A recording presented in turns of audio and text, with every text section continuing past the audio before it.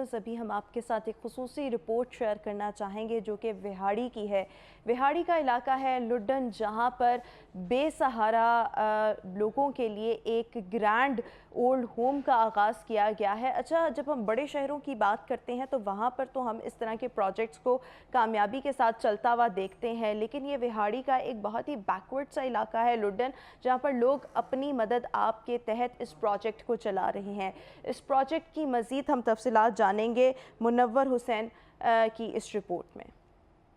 तो सभी जीते हैं जहां में है जिंदगी का मकसद औरों के काम आना।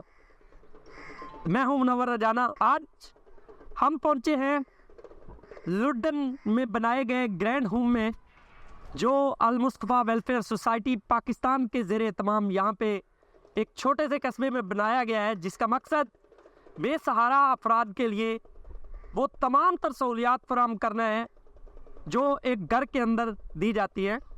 ये ग्रैंड होम किस तरह से काम कर रहा है, इसको किस तरह से चलाया जा रहा है, इसमें क्या सहूलियात दी जा रही हैं और इसके अंदर कौन कौन इस वक्त रिहाइश पजीर है और ये कहाँ से आए हुए हैं, इस सब को जानने के लिए आज हम ग्रैंड होम के अंदर जाएंगे। आपको भी दिखाएंगे कि अंदर सहूलियात क्या मौजूद है और अंदर जो रिहाइश पजीर हैं वो कहाँ से आए हुए हैं। आए अंदर चलते हैं। हम इस वक्त ग्रैंड होम के ऑफिस में पहुँचे हैं, जहाँ पर अल मुस्तफ़ा वेलफेयर सोसाइटी पाकिस्तान के सदर मोहम्मद असलम कमलाना साहब और उनकी टीम मौजूद है, जो इस ग्रैंड होम को चला रहे हैं। इसकी सारी सहूलियात यहाँ पे आने वाले अफराद को फराहम कर रहे हैं और दीगर जितने भी अमूर हैं उनको संभाल रहे हैं। तो उनसे बात करने की कोशिश करते हैं, यहीं से आगाज़ देते हैं, उसके बाद आगे जाएंगे। आपको आगे चल कर दिखाएँगे कि क्या सहूलियात दी जा रही हैं, कितने अफराद यहाँ पे रिहाइश पजीर हैं और उनका सिस्टम कैसे चल रहा है। सबसे पहले असलम कमलाना साहब से ही बात कर लेते हैं। अस्सलाम वालेकुम सर, बहुत शुक्रिया आपने आज हमें टाइम दिया। सबसे पहले तो ये बताएं सर कि ये जो ग्रैंड होम का ख्याल है ये आपके ज़हन में कैसे आया? एक लुड्डन जैसे छोटे से कस्बे के अंदर इसका क़याम, ये एक मुश्किल सा काम था और फिर आपने वो कर दिखाया, तो ये आपके दिमाग में ख्याल कैसे आया सर? बिस्मिल्लाहिर्रहमानिर्रहीम। 2005 के ज़लज़ले में अल मुस्तफ़ा वेलफेयर सोसाइटी ने काम शुरू किया। यहाँ से 135 वॉलंटियर जो हैं वो आज़ाद कश्मीर में दौरान ज़लज़ला खिदमात सरअंजाम देने के लिए गए और उसमें मेरे कोई दोस्त, कुछ शागिर्द शामिल थे। और उसके बाद 2010 का फ्लड था या 2022 का फ्लड, उसमें भी हमने बड़ा काम किया। तो फ्लड के बाद मैंने सोचा एक हमारा जो है ना प्रोजेक्ट चल रहा था, एक बुज़ुर्ग को स्पॉन्सर कर रहे थे चौधरी अमीर साहब, वो उसके खाने वगैरह का इंतज़ाम कर रहे थे। वो बेसहारा था, बुज़ुर्ग था।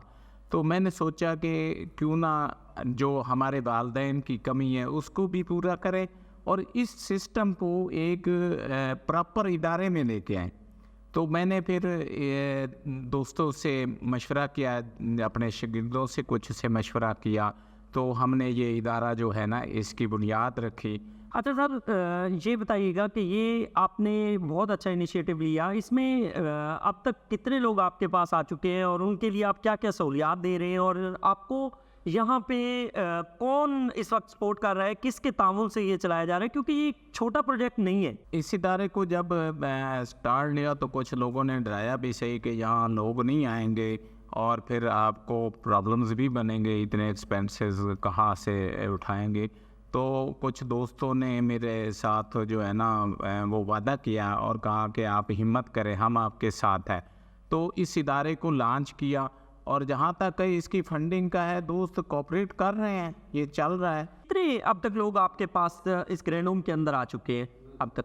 इस ग्रैंड होम में अब तक ना 4 बुज़ुर्ग आ चुके हैं और उनमें से ज़्यादा बुज़ुर्ग वो हैं जो सताए हुए हैं, मुआशरे के सताए हुए, अपनों के सताए हुए। और उनकी अगर आप कहानियाँ सुने तो रोना आता है। इनमें एक बुज़ुर्ग तो ऐसे हैं जो खुदकशी करना चाह रहे थे, उनका ज़ख़म इतना ख़राब था। अच्छा। तो वो किसी अपने अजीज़ के पास गए कि भाई मेरा इलाज करो, तो उसने इनकार कर दिया कि भाई अगर आप पैसे नहीं लाएंगे तो मैं इलाज नहीं करूँगा। और फिर उसके अपनों ने उसे खाना तक देना बंद कर दिया। तो यहाँ आया और हमने उसका इलाज, न सिर्फ इलाज करवाया बल्कि उसकी देखभाल भी की। आपके इस ग्रैंड होम के अंदर सर कितने लोगों की स्पेस मौजूद है कि बैक वक्त आप कितने लोगों को यहाँ पे रख सकते हैं, उनको सहूलियात दे सकते हैं? अभी तक हमने इसमें ना 10 लोगों का अरेंज मुकम्मल किया हुआ है। बेशक हमारे पास 10 का जो है ना वो हमने हर चीज़ लेके रखी हुई है ताकि जो है ना 10 तक हमें कोई दिक्कत ना पेश आए। इसकी स्पेस भी 10 लोगों के लिए है और इंशाल्लाह जैसे ही 10 से बढ़ेंगे हम नई जगह का इंतखाब करेंगे, नई जगह लेंगे। सर खाने के अलावा दीगर क्या सहूलियात हैं जो यहाँ पे आप दे रहे हैं आने वाले लोगों को? यहाँ खाने के साथ साथ हम लोगों को वो रहाइश तो देनी है। यहाँ हम उनके इलाज मुआवजे का जो है ना वो पूरा बंदोबस्त करते हैं। डॉक्टर साहबान आके चेक करते हैं और उनको मेडिसन देते हैं। अल्हम्दुलिल्लाह वो अब सेहतमंद हैं, बीमार नहीं होते और वो खुश भी हैं। और उनकी एंटरटेनमेंट के लिए हमने यहाँ टीवी लॉन बनाया हुआ है और छोटी छोटी इंडोर गेम्स के लिए भी हमने इत्माम किया हुआ है। आगे चलते हैं, आगे चलकर आपको तमाम चीज़ें तफसील के साथ बताएंगे और यहाँ पे जो रिहायशी अफराद हैं उनसे बात भी करेंगे कि वो कैसे यहाँ तक पहुँचे और यहाँ पे उनके दिन और रातें किस तरह से गुजर रही हैं। हमारे साथ रहिएगा जी।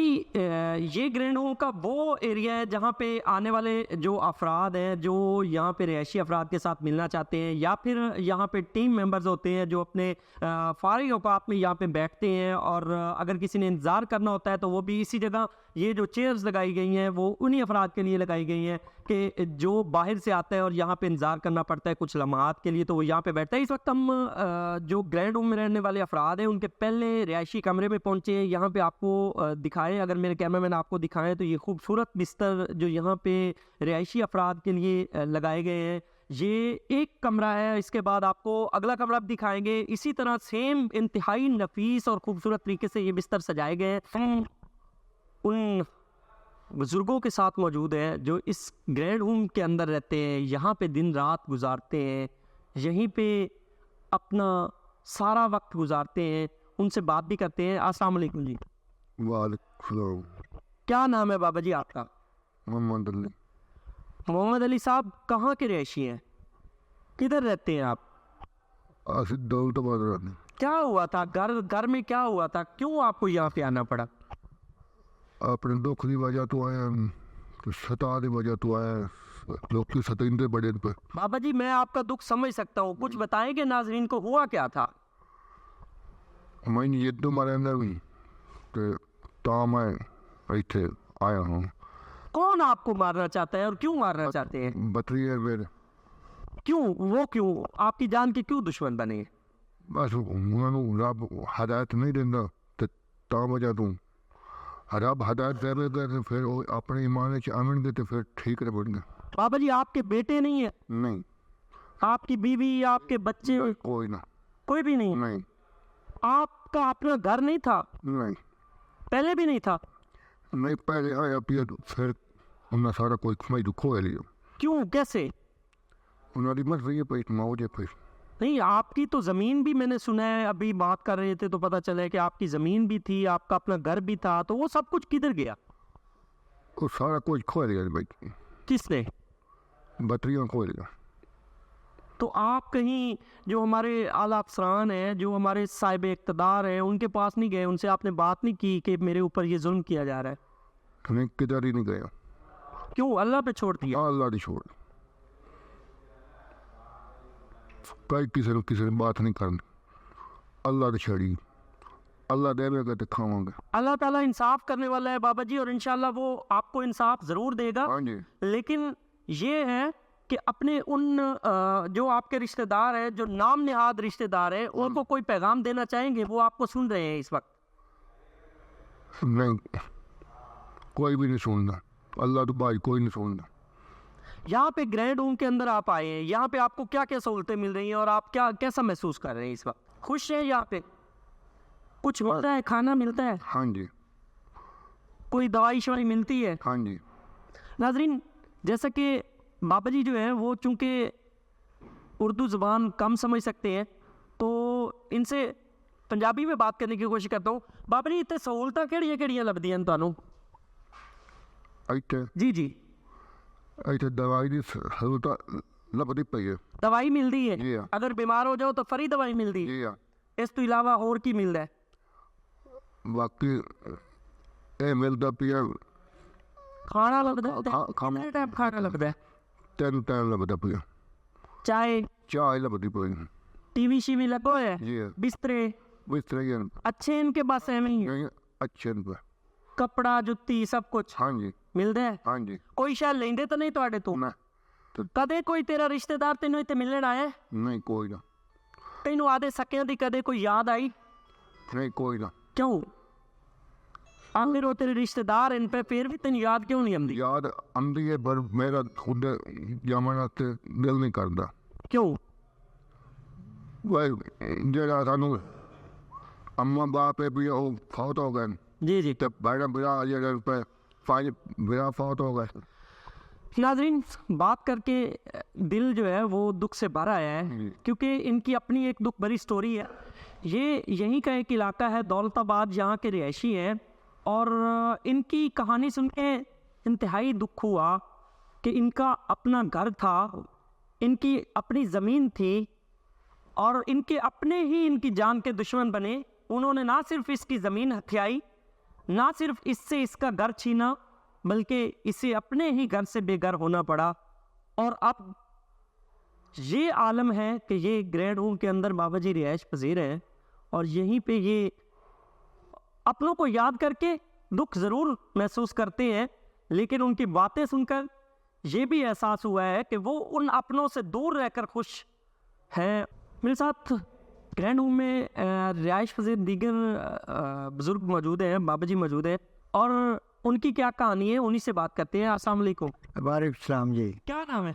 अल्ताफ हुसैन। अल्ताफ साहब कहाँ के रिहायशी हैं? आपके कोई रिश्तेदार, कोई बहन भाई, कोई बेटा कुछ है?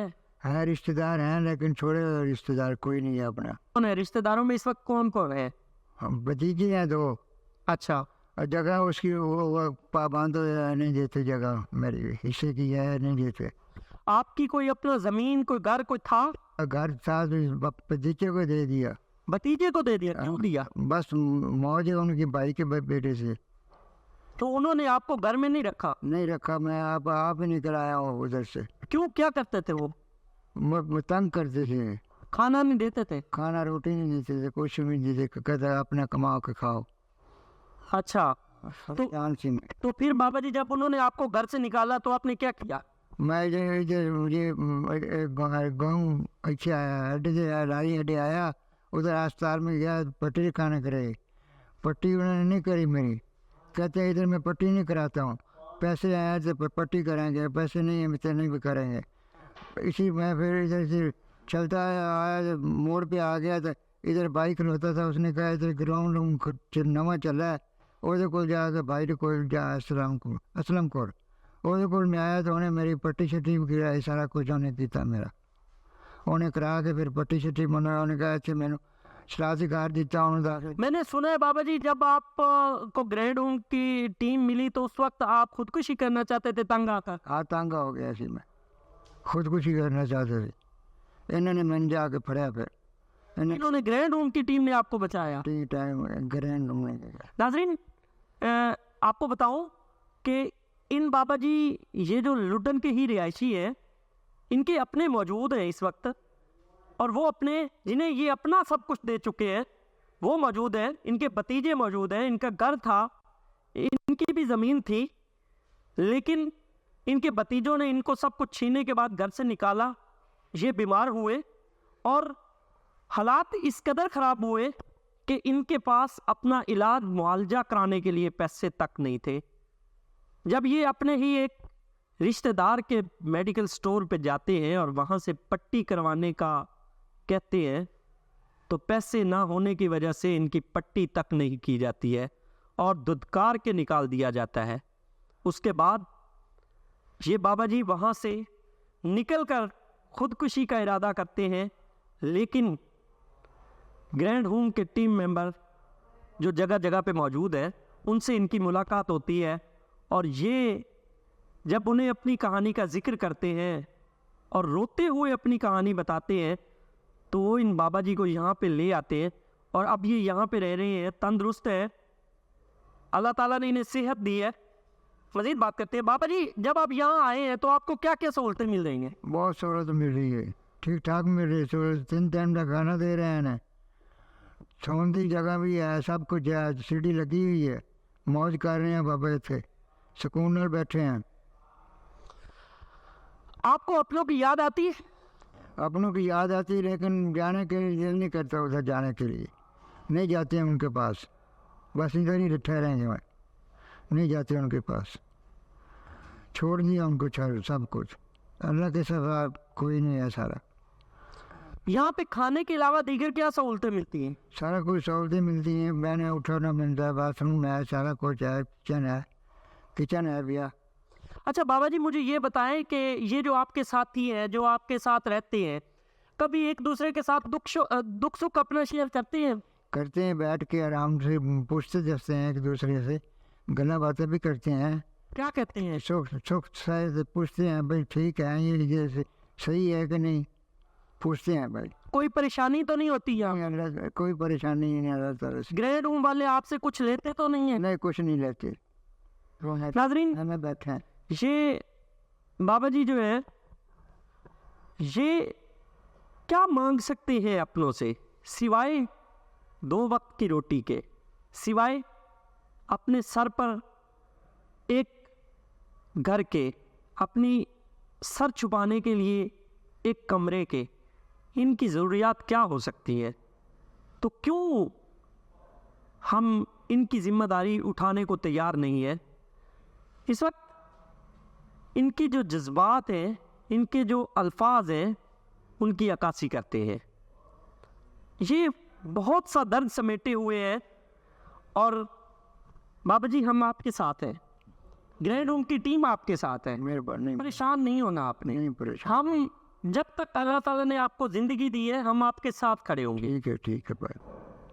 और जैसे कि आज हम ग्रैंड होम में रिहाइश पज़ीर अफराद से बात कर रहे हैं, उनकी कहानियाँ जानने की कोशिश कर रहे हैं और आपको भी सुनवा रहे हैं, उनको मिलने वाली सहूलियात के बारे में भी आपको दिखा रहे हैं। तो कि ये बाबा जी जो मेरे इस वक्त दाएं तरफ मौजूद है, इनका ताल्लुक़ कश्मीर से है, और कश्मीर भी वो जो इस वक्त इंडिया के कब्ज़े में है, मकबूजा कश्मीर से है। ये वहाँ से पाकिस्तान दाखिल हुए, अपनी बहन से मिलने के लिए आए, और इनको वापस जाने की इजाज़त ना मिली तो ये पाकिस्तान में ही रह गए। और उसके बाद ये इनके अपने जो यहाँ पे पाकिस्तान के अंदर रिहाइश पज़ीर थे, एक वक्त आया कि उन्होंने ही इनसे अपना मुंह मोड़ लिया, और जब उन्हें इस ग्रैंड होम की खबर मिली सोशल मीडिया के ज़रिए, तो इनके अपने ही इन्हें यहाँ पे छोड़ के गए। बाबा जी के बारे में बताया ये गया है कि सुनते कम हैं, बोलते कम हैं, लेकिन फिर भी आपके सामने इनसे बात करने की कोशिश करता हूँ।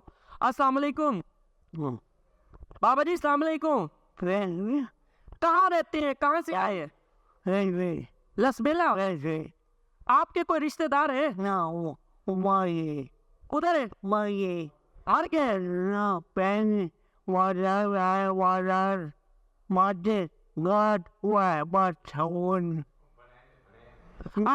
आपको यहाँ पे आपका बांधा छोड़ के गया था? अब यहाँ पे खुश हो? यहाँ पे खुश हो? यहाँ पे नाज़रीन, बाबा जी कुछ बोलना चाह रहे हैं, लेकिन उनको शायद मेरी ज़ुबान समझ नहीं आ रही है, और मैं शायद उन्हें समझने से कासिर हूँ।